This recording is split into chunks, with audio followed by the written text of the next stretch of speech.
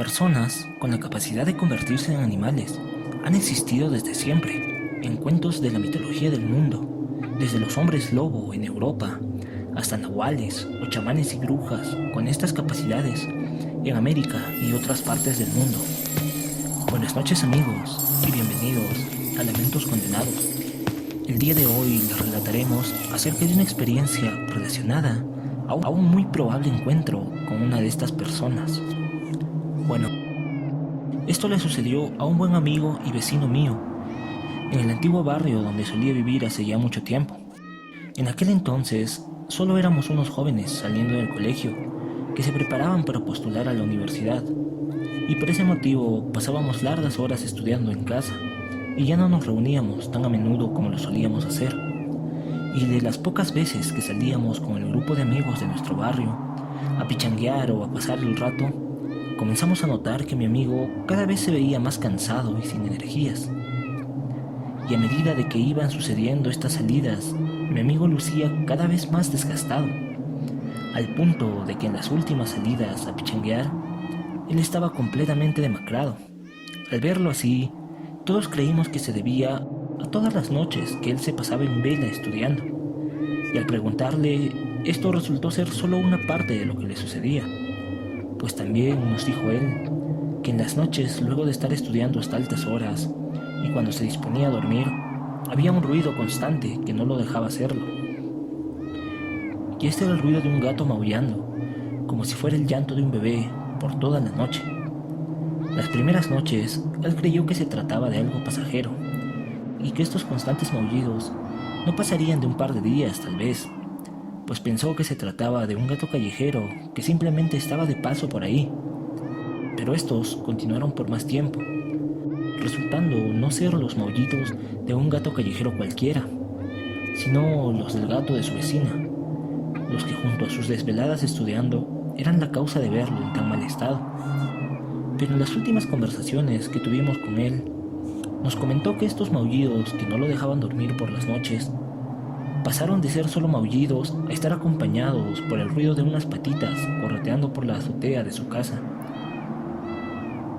Hasta aquí, él nos explicó que consideraba normal este ruido, que no lo dejaba dormir por las noches. Pero ya la última vez que salió con nosotros a pichanguear, nos comentó que esa noche había tenido un incidente un poco extraño con este gato, pues habiendo él terminado de estudiar y cuando se preparaba para dormir, escuchó nuevamente este gato en la azotea, pero poco a poco después escuchó el sonido de unas pisadas que bajaban de la azotea al segundo piso y luego volvían a subir.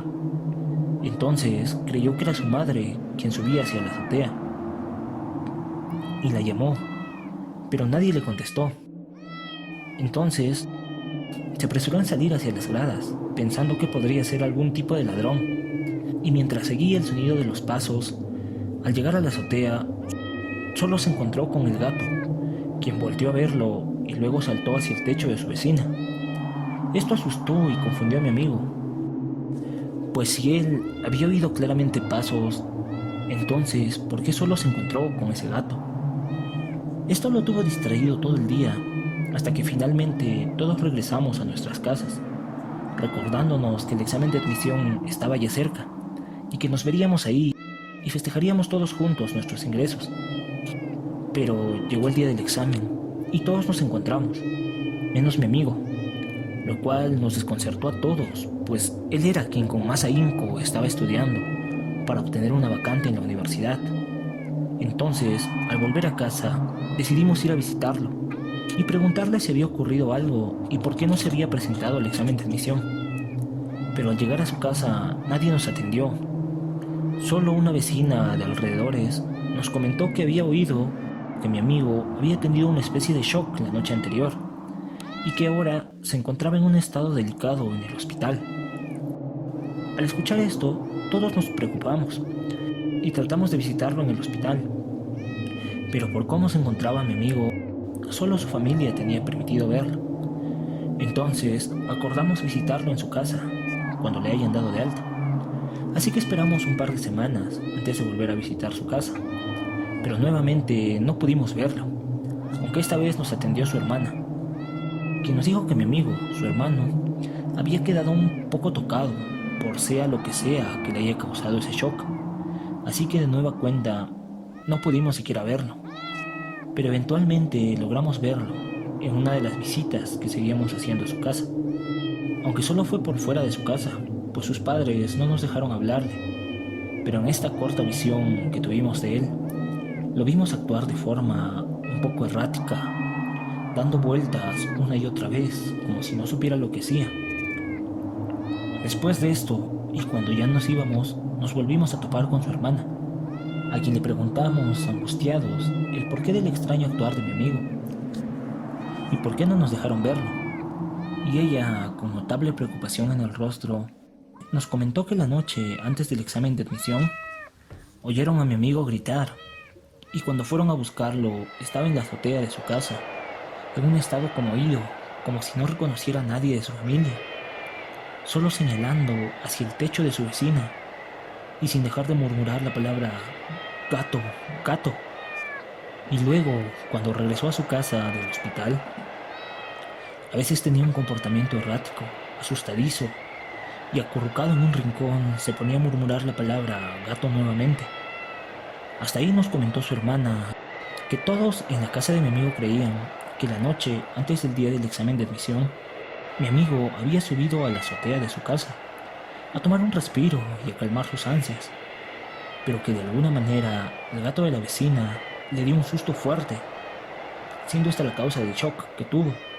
y de su comportamiento actual. Pero nos dijo también que unos días atrás, cuando ella estaba tratando de calmar a mi amigo, cuando éste estaba en su estado de trance, de shock, le trató de preguntar por qué le tenía tanto miedo al gato. Y mi amigo, como si hubiese recuperado la lucidez por unos cuantos momentos, le dijo: el gato es la vecina, para luego volver a su estado asustadizo y errático. Esto causó una gran confusión en ella, y luego, en los días restantes, hasta que nosotros fuimos a verlo, ella había tratado de averiguar más acerca del por qué mi amigo le había dicho esto, tratando de preguntar de poco a poco y delicadamente, hasta que consiguió que mi amigo le contara todo lo que le había pasado esa noche. Y todo comenzó con mi amigo ya preparándose para dormir, luego de haber dado una última repasada para el examen de admisión, hasta que comenzó a escuchar al gato maullar sobre su azotea nuevamente. Entonces, mi amigo decidió subir a espantarlo, para poder descansar tranquilo esa noche. Pero cuando subió, vio como el gato saltaba hacia la casa de la vecina, y mientras avanzaba, comenzaba a tomar forma humana, hasta al final ver cómo se levantaba una silueta humana dentro del cuarto donde el gato había entrado, siendo esto la causa del grito y el shock que había tenido. Aunque al comentárselo la hermana de mi amigo a sus padres, estos les restaron importancia, pues ellos creían que se debía a las trasnochadas que se daba mi amigo para estudiar, y que esto, junto con el gato pasando de repente por la azotea mientras mi amigo estaba ahí esa noche, le habían causado un gran susto y shock. Luego de contarnos esto, nos pidió que ya no fuéramos a su casa, pues quería que mi amigo estuviera tranquilo para poder recuperarse. Y así pasó el tiempo, y eventualmente yo me mudé de barrio, pero cuando me reencontré con uno de mis amigos de este viejo barrio, le pregunté qué había sido de nuestro amigo, el que sufrió este susto. Y cambiando un poco su actitud, poniéndose más serio, me comentó que mi amigo no se había recuperado y que ahora de tanto en tanto escapaba de su casa y se ponía a deambular por las calles del barrio, y que ahora era tomado como un loquito en el barrio, pero también que en la casa de su vecina, justo cuando comenzó a rumorearse acerca de lo que mi amigo le había dicho a su hermana, desapareció sin decir nada la inquilina que aparentemente era dueña del gato, pues cuando ésta se fue dejaron de oírse los maullidos por los techos. Bueno amigos, esta experiencia fue recogida de un barrio en las ciudades de la sierra peruana, donde antes, por situaciones como esta, Los padres advertían a sus hijos que por estudiar mucho podrían terminar volviéndose locos. En fin, amigos, tengan siempre presente que este tipo de situaciones pueden llegar a pasar, tal vez por el estrés creado por diversas situaciones, o siendo que realmente nos topemos con uno de estos cambiaformas y no podamos manejar de buena manera el susto que nos causen. Si te gustó este relato, suscríbete, dale like y compártelo. Y si tienes alguna experiencia o anécdota que quisieras o te gustaría compartir, envíanosla al correo de la descripción. Gracias por oírnos y nos vemos con un próximo relato.